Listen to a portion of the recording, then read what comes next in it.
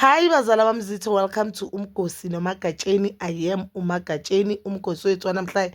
Bazala bamzitho, it's about umakoti noPalisa. Guys, umakoti noPalisa, they were in Married at First Sight, Mzansi season 2, guys. And this woman, I feel like umakoti is bitter, but Palisa is worse than umakoti. I think uPalisa is ulis, a better vision of umakoti. I don't know how to put it, but I feel like bayafana and law worse than umakoti. UPalisa is worse than umakoti. Just that we do not notice uPalisa because izinto zakhe uyazicalculate. Angithi uyasho noThepha ukuthi the time they were still together, uPalisa would tell uThepha ukuthi no, behave like this, say this, say. So I think into le media and PR thing yakhe uyakwazi kuyes, just that umakoti wena akakwazi ukuthi acalculate amamuzi wakhe. So guys, they were both invited. No, they were not invited. Palisa asked to Saul and Umechi to be on podcast and chill. I do not know yin letho abayenzayo to destroy exes wabo. They chose not to continue with this man. I do not know why they are continuing doing this thing, but it's about to Palisa ODM umfazi kaMekchi, which is una lady, and Usol acela ukuza on podcast and chill and to share story sakhe. Hi guys, siyamthanda thina uPalisa ngoba uyazikhipha ikaci. So podcast and chill, they thought it will be only fair if they invite abantu bebaphere naye on Married at First Sight, which is Unkuleka. Unkuleka was married to Makoto and Utepo, who was married to uPalisa, guys. So they did share the ladies' story sabo, which I felt like there's nothing new about Shulu. Those things about Shulu, those are things about the show, even on the show or on ama-live wakhe, but because I would join ama-live wakhe and ngimuzwe ukuthi ukhuluma ngani. Yes, she did say on the show ukuthi the time yena noThepha, they were still on the show, uThepha was busy doing club with another ladies, and uThepha was in a relationship namanye abantu, not one but many girls outside umshado wabo. That is cheating, and the contract that they signed ayibavumeli ukuthi bayenze babe namanye ama-relationship ngaphandle kwalo ashade nayo on the show, you understand. She also said Utepo has daddy issues, which I do not feel, which I do not feel the need, or I do not understand the need of using that, because a lot of people, they do have daddy issues, and I do not think ukuthi one of the reasons ukuthi umshado wabo usifele is because Utepo have daddy issues. Ushilo ukuthi Utepo doesn't have a relationship with some siblings wakhe and ubabakhe, but only has a relationship with umamake. She also stated that Utepo usahlala kubo and Utepo lied about the profession yakhe on into yakhe uthe the time apply uthe we head of IT, and he's just an IT guy, guys. You understand? I don't understand why Makoto keeps on doing this, because but lento iphele 6 months ago, 8 months, the last shoot 8 months ago, 6 months ago. I do not understand why up until today you have not healed. I do understand that okay, can idlala kithi TV, but I don't understand why up until today you have not healed and why you are doing what you are doing. Podcast and Chill is the biggest podcast in the continent. Yes, you knew good to get viewers, and for me, it's giving. You wanna be relevant, you wanna get the fame. You feel like the fame that you wanted from the show, you didn't get it, so you want more. This is not Guba head, guys. Okay, I was Ukoisha 6 months for Umuto and for 6 weeks. Futhi, you were together for only 3 weeks, because the other 3 weeks, Beseni wasn't even on the show. Umuto 3 weeks. And on the show, you are not a villain. Abantu ababukela the show, they feel as if Utepo is the wrong one on the situation. So why when akunzima for you? Why you keep on going to podcast, or why you keep on doing lives and destroying this guy's future, guys? So there are a lot of things about Shilo. Makoto did say ukuthi Nkuleko into yakhe ayivuki, which we understand, some of us ukuthi vele angeke ivuke if he is not attracted to you. But I love that Makoto did say that no, I understand maybe inkinga yimi akathandi mina, but not ushilo ukuthi Nkuleko was on drugs for many years. Nkuleko is smoking and Nkuleko is drinking alcohol. Siyazi musu Nkuleko eshowini bakaziveza as upastor.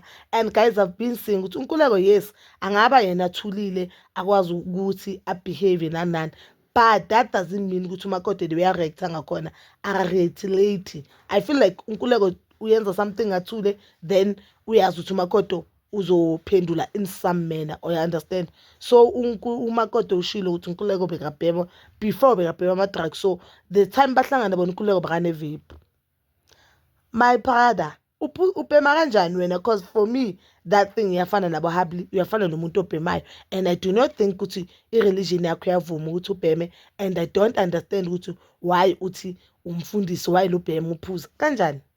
Phela uNkululeko on the show act as if yena akabhemi akaphuzi, and I do understand uMakoto makathi uNkululeko bekafuna ukuthi aphume enkoleleni yakhe, because even on the show, on the podcast, uNkululeko ushilo ukuthi amadlozi, he was trying to explain this thing amadlozi that I don't understand ukuthi what is the fuss about. Into mangayifuni, do not entertain it, you don't talk about it, and awufuni next associate nayo. So if you feel like amadlozi amadimoni, or abantu who they believe that their ancestors baphila kubo and ayabaphila lama ancestors wawo, they are demonic, why wena uloku uzi-associate nabantu abanjalo, or why uloku ubhizi ukhuluma ngayo? Angithi wena uyenza and you feel as if wena into yenzayo the kingdom of God, when you know it better than everyone, why you keep on talking about amanye abantu? Why you keep on involving yourself in indabeni zamanye abantu? Because when you know ukuthi you are at the right path, kumele ubhekane nempilo yakho and whatever that you are facing right now only.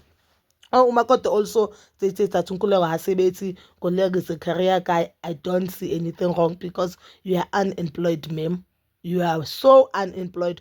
Uhleli awusebenzi. You saying uNkululeko is unemployed or uNkululeko akasebenzi umsebenzi wona bowucabanga. If you wanted umuntu onemali should have right to single and mingle. No.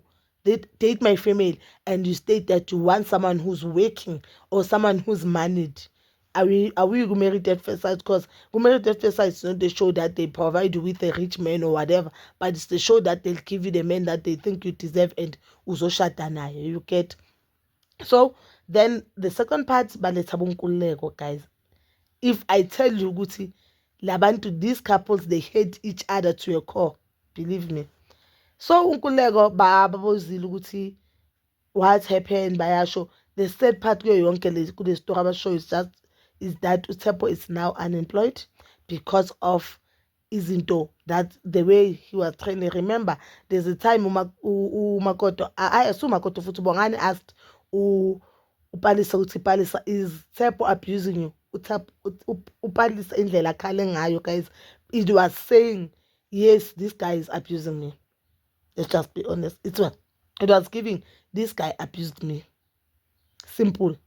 You understand? And uthi yena company didn't want to work with someone otrenda ngendlela ezinje, guys. GBV is a very serious matter, guys.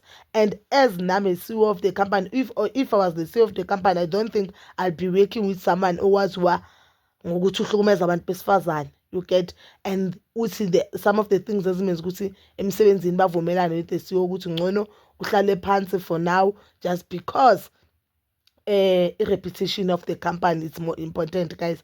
It's because uPalisa once called the office would call office and check on uTshepo. uPalisa would accuse uTshepo of dating office and understand ukuthi uPalisa sekehlisa istima secompany uTshepo pants, and abanye abantu abasebenza noTshepo, they are no longer comfortable around uTshepo just because umfazi wakho uzothi sithandana nawe. Cabanga umuntu aluze umsebenzi just because wena you feel as if loyo muntu ukwestela isikhathi. And I don't feel like uTshepo uwestela uPalisa isikhathi. Let me just be honest. uTshepo asangahamba endleleni abiza uPalisa Michelle amkhonjisa. Indlela abahlangane ngayo, I loved when uNkululeko said, I don't think I should blame uMakoto and Makoto should blame me because akekho lando omunye sihlanganisiwe. You get? Ifana nokuthi kini ban-arrange umshado nomuntu ongamazi, I don't feel like we should blame that person because naye akakucelanga ukuba nawe, nawe wamcelanga ukuba naye, but nihlanganiswe yisimo, nihlanganiswe mhlawumbe ifamily, nabo bahlanganiswe yishow. uTshepo azange alandele uPalisa amconvince yabo. I do understand the girl oze on the reunion athi uTshepo dlala ngayo, uTshepo akakhulumi what, and I just felt like I hurt my sister, ne? So yeah, I understand because uTshepo udlala ngama-feelings wakhe. Nini uyamthanda, nini akamthandi, nini uyamfonela, nini uyacosa, nini ufuna umntwana, nini akafuna umntwana. Yabona lo, yeah, understand it. But as for Palisa, no.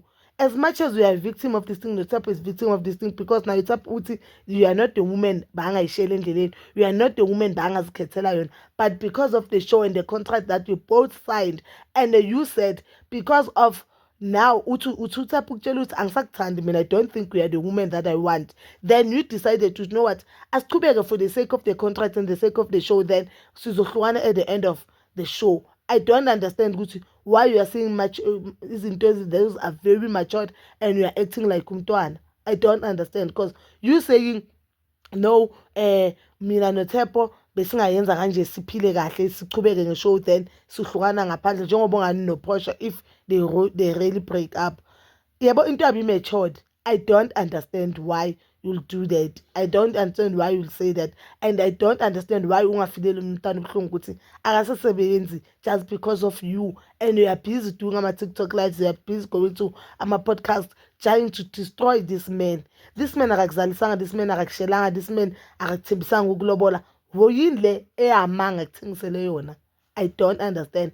But guys, when it at the end of the podcast by selling a few minutes ago, Lego decided ukusendela Mechi a voice note or voice recording. No, it's a voice recording where Umakoto no Palisa they were arguing, guys.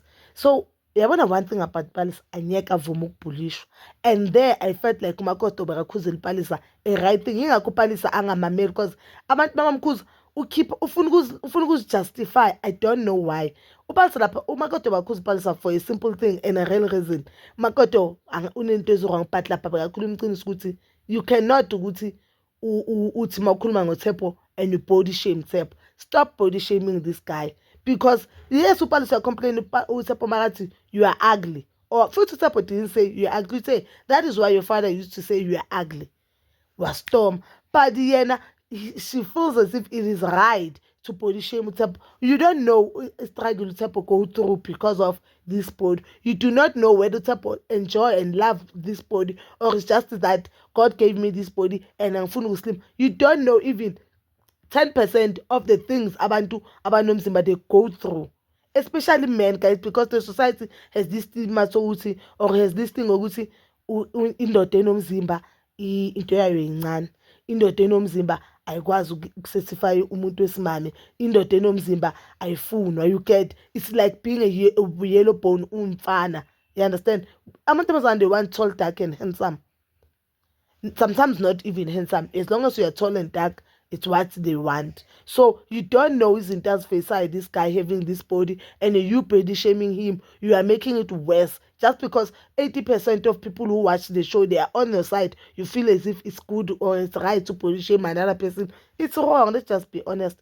On that argument, Palisa said, "Umbono Palisa ukuthi usile neda abantu abamboni." Still to Palisa.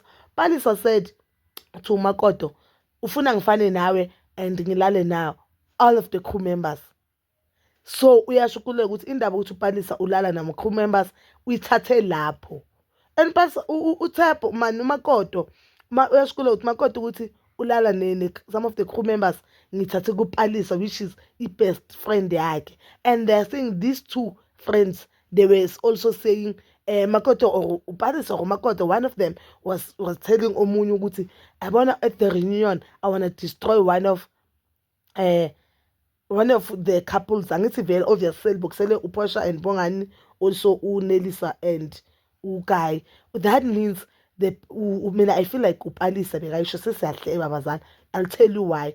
uPalisa at the reunion uthe yena akafunanga uhlangana noPortia because bakazofila as if ukhohlisa uPortia ngoba uBongani is dating umngane wakhe or is going on dates with nomngane wakhe.